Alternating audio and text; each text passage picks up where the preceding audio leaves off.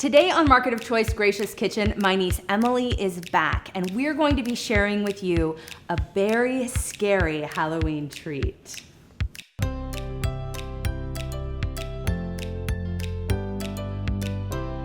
I love me some Halloween-inspired food, and today we're going to show you how you and your kids can have a lot of fun making some very scary Halloween ghosts. What sound does a ghost make? Ooh.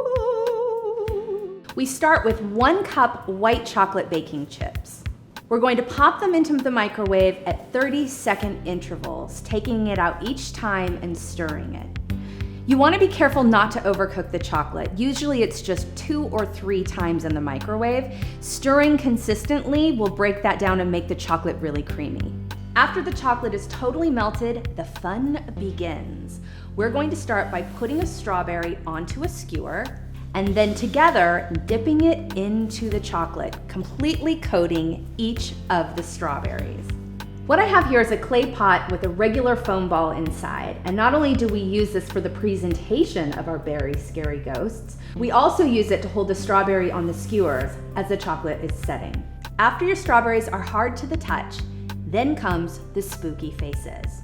Using a tube of black decorating gel, we draw on the eyes and the mouth.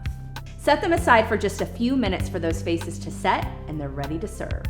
And just like that, with a little pop of decoration, our very scary strawberries are ready to fly away with you wherever you're headed this Halloween. Right, Em?